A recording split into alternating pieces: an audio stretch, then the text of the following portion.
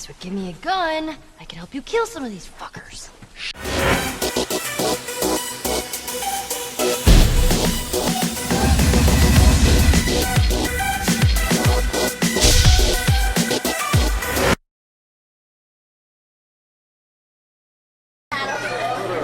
Hey everybody, we're the Bayou Boys. I'm Boudreaux. And I'm Thibodeau. And there's three things that we love doing: eating boudin, eating crawfish, and watching WGS-TV.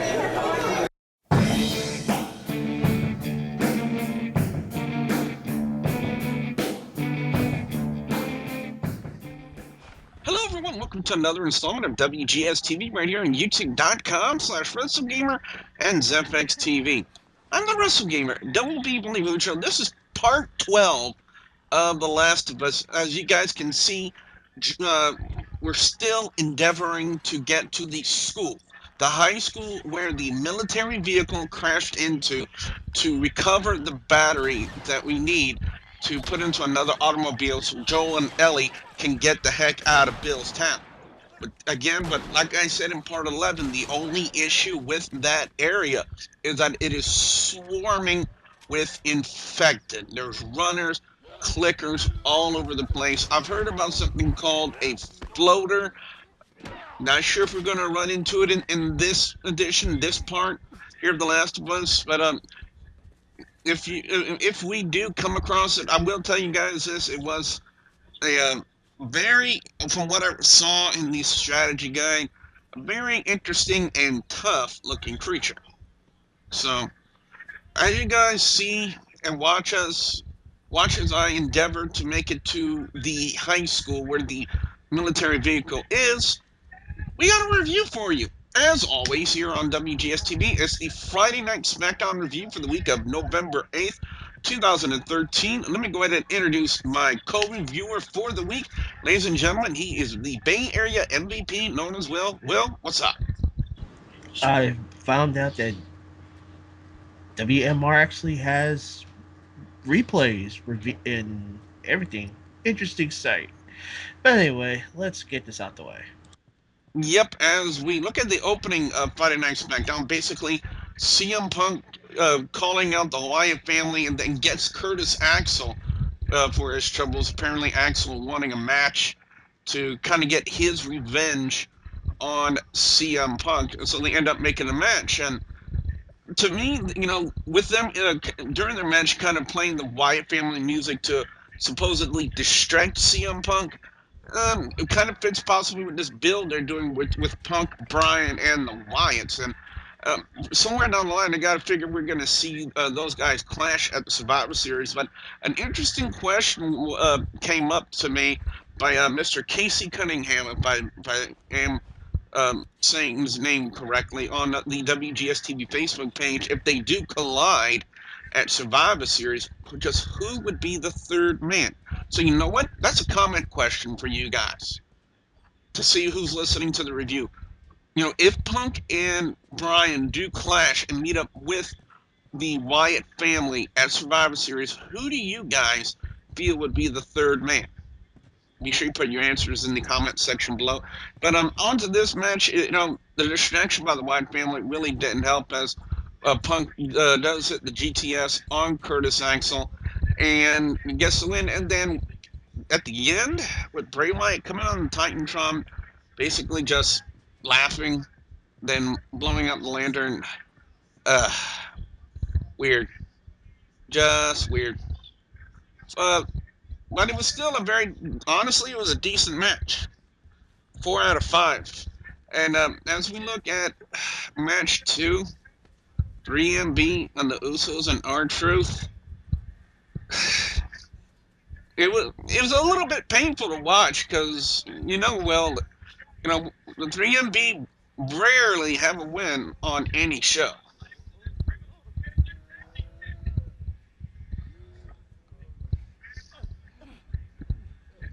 I'm sorry about that. What match we doing? The second match, 3MB taking on the Usos and R-Truth, and it kind of made the statement that it's very rarely we see 3MB win a match on WWE.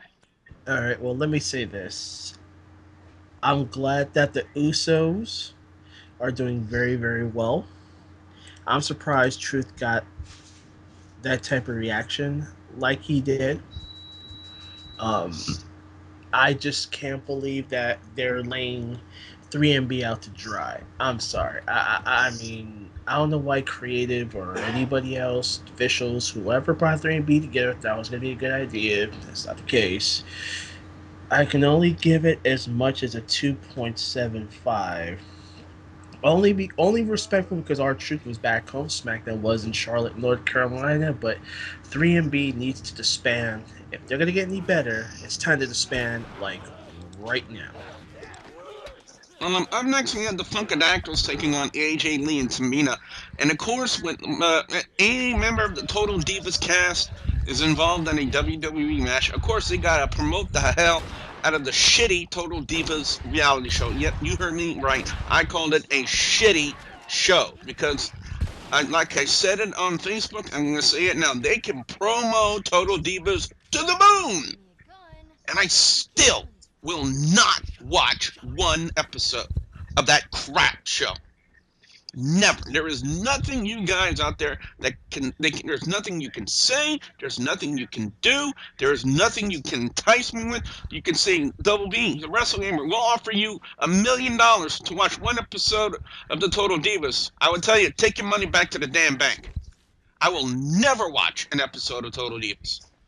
But again, AJ Lee and Tamina kind of held this match together in a sense. Tamina took some really hard spots and bumps in this match, including one where it ended up with her getting her lip busted open because as she was leaving, she was bleeding. But they had to put the Divas champion over, and AJ Lee locking on the Black Widow on camera did just that. But I gotta say, AJ Lee and Tamina really kind of carried this match. Naomi was was okay. Cameron, you know, as long as there's someone good in there to kind of lead her on in the match and kind of, tell her where to go and whatnot, she's okay. And she did just that with AJ, both AJ Lee and Tamina.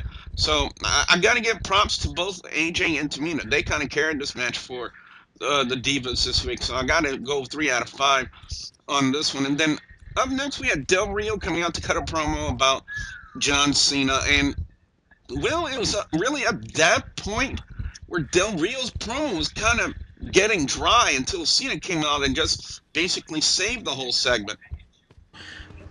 Here I come to save the day. Where cue Mighty Mouse's theme right there. Can Del anyone get their Rio. voice up that high? No, here's the problem. Del Rio is losing it. I don't know why, but every time you see him on the mic, he has repetitive things to say. Now, this is the first time I'm actually gonna say something nice about Cena. Now that he's the champion, he can give the ratings for SmackDown more than what it should be. Not just because he's the World Heavyweight Champion, but Del Rio on the mic almost killed me. Blah blah blah. I think the little segment what he said about the JBL and Cole show, self promotion. But most importantly, Vicky Guerrero. Good lord! And when has Del Rio agreed with Cena about Vicky? I don't think I've ever heard that one before. Maybe not. This one I'll give a stellar 3.5 at least. As long as you get Del Rio off the mic, I don't care. I just don't care. Vicky made 2 matches in that promo. One was going to be the main event, John Cena taking on Ryback, and the other one was the upcoming match, Great Khali taking on Alberto Del Rio. And mm, now, on paper, a giant versus medium Latino guy. Normally, the giant wins, but of course, they gotta keep the push on Del Rio since they did announce that Del Rio will have his rematch at Survivor Series for the World Heavyweight title. So, honestly, it really did make a lot of sense for them to put Del Rio over. Open note to WWE cameramen, WWE tech, and WWE referees. Uh, Especially in this match where the referee clearly took the legs of the Great Khali and moved them away from the bottom rope, so that way they could continue with the finish, being the cross arm breaker.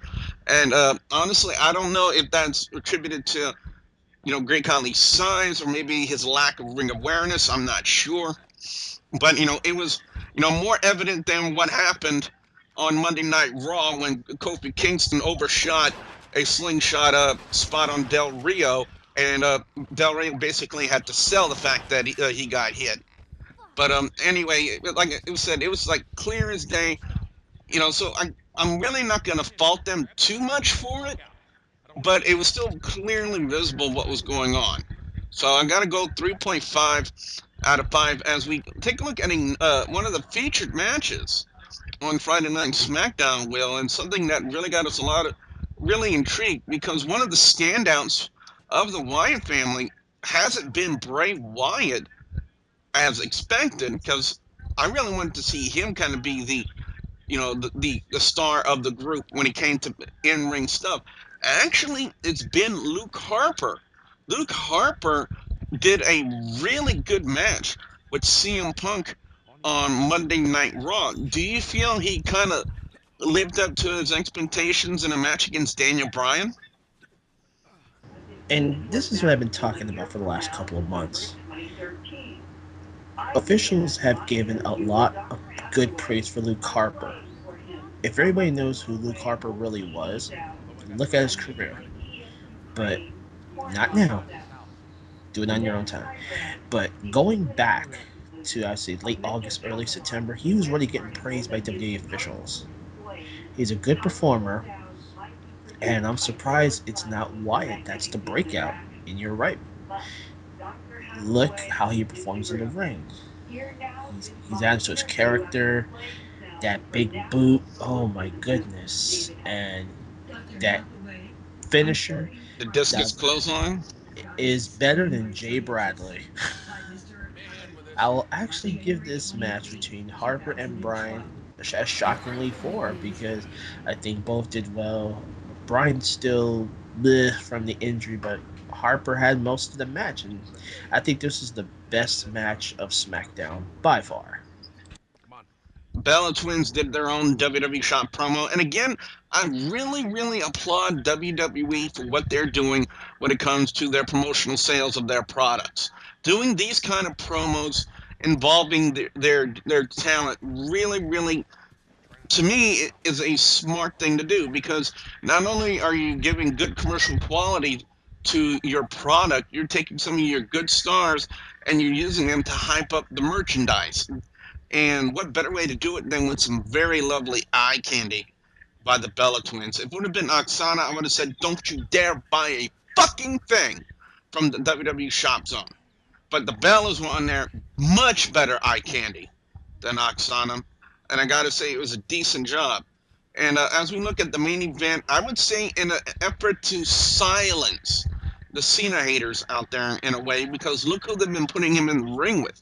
They did it with Del Rio, who the fans clearly hate, and another person that they really don't see too highly on is Ryback. And I will say this though, Ryback and Cena, it was a very decent main event, with especially with Cena in the finish hitting the AA on Ryback, getting the win. And then after the match, Del Rio comes in to attack John Cena. It looks like we're going to see one of the typical Del Rio beatdowns. We've become accustomed to seeing, those heel beatdowns where he comes in and just totally dominates the guy, takes out his arm, does a cross arm breaker. Did not see that though. We saw the beginning of it. Cena then fights back, and we end Friday Night SmackDown on basically on a standoff between Cena and Del Rio. So right now, Will, in my opinion, WWE doing a really good job with the build for Cena and Del Rio for Survivor Series. Well, let me put it to you this way: this match going into Survivor Series is going to be one of the most compelling matches to watch. Not that I'm saying it's going to be the best one. I mean, we still got other matches that are going to be on the card, but as far as Cena and Del Rio is concerned, it can only go as far as if Cena's going to keep the belt or is he going to drop it. It's time to find out our overall scores and our picks for best and worst match or segment of Friday Night SmackDown. And as far as best match is concerned, it's very close to, because we got three good ones in my opinion. We got CM Punk and Curtis Axel, believe it or not. We have Daniel Bryan and Luke Harper, which is it was a very good, compelling match. And to me, and of course the Cena haters are gonna hate me for it, but John Cena and Ryback, a lot of hype, a lot of good spots in the match, a lot of good action. Of course, post-match activity, to further build the match between Cena and Del Rio. So reviewing that, looking back on it, I definitely gotta go with Daniel Bryan and Luke Harper. Luke Harper being so far the big breakout from the Wyatt family, the breakout wrestler, the guy to watch when the Wyatt family is wrestling. Really, and Daniel Bryan considered to be one of the most over guys in the WWE, working with first CM Punk, who's considered to me, in my opinion, top tier talent in WWE, and Daniel Bryan, who falls into that same level, and you work two really good matches back to back with these two guys, that makes you A-OK in my book. So that's Daniel Bryan and Luke Harper is gonna be the best match for me. And as far as worst match of the night, is definitely gonna go to the Punk. You know what? I'm gonna give it to Khali and Del Rio. And, it's not really their fault to it. The matchup just kind of laid an egg out there because it was kind of expected Del Rio to go over. And the fact of the matter is, because probably attributed to either Khali's size or poor ring awareness, they actually had to, and they showed it on TV, clear as day, the referee moving Great Khali's legs away from underneath the bottom rope. So, I'm not going to harp on it too much, but then again, what else can you say? A lot of you guys probably thinking, why didn't you say 3MB? I've said 3MB for a long ass time. I think it's about time to start giving some heat to other people. So overall, my score on Friday Night SmackDown this week is going to get a 3.75 out of 5. Well, what's saying you? What's your overall score and your picks for best and worst match or segment of Friday Night SmackDown? If you said Monday Night Raw, you better go look at that other film again. Yeah, I know.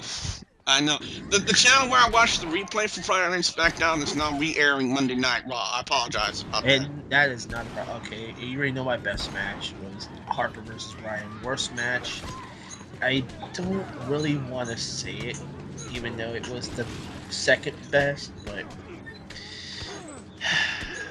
I'm gonna have to say Rio and Khali was the worst match because it looks like Rio struggled to get Khali out the way. Segment, Del Rio and Cena talking back to Vicky, and of course they would have to review the Big Show's $1 million lawsuit parody on Raw, which I thought was funny. Oh, and one more thing. 3MB, disband now. I'm going on a tirade. Let's make it a campaign. Yep, and that campaign might start on the WGS-TV Facebook page. You never know. So what we want to know now from you guys out there, the viewers and subscribers, your thoughts on Friday Night SmackDown this week. What are your thoughts? What are your overall score on Friday Night SmackDown? What are your picks for best and worst match or segment of Friday Night SmackDown? I'd also like to throw out a special thank you to Casey Cunningham from the WGS-TV Facebook page for kind of conversating with me on a few of the my reactions to Friday Night SmackDown this week. So a big shout out to him. Fans, also don't forget to like and favorite this video. And Will, you got anything coming up?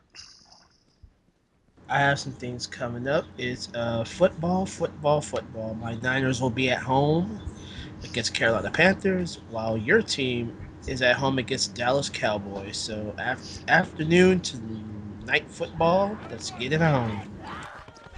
Fans, also don't forget to like the Facebook page, which is facebook.com/WGS-TV. And don't forget to please subscribe to youtube.com/WrestleGamer and youtube.com/ZepXTV Network.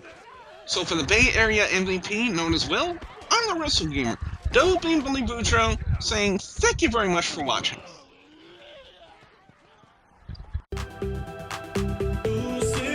Stoke answers.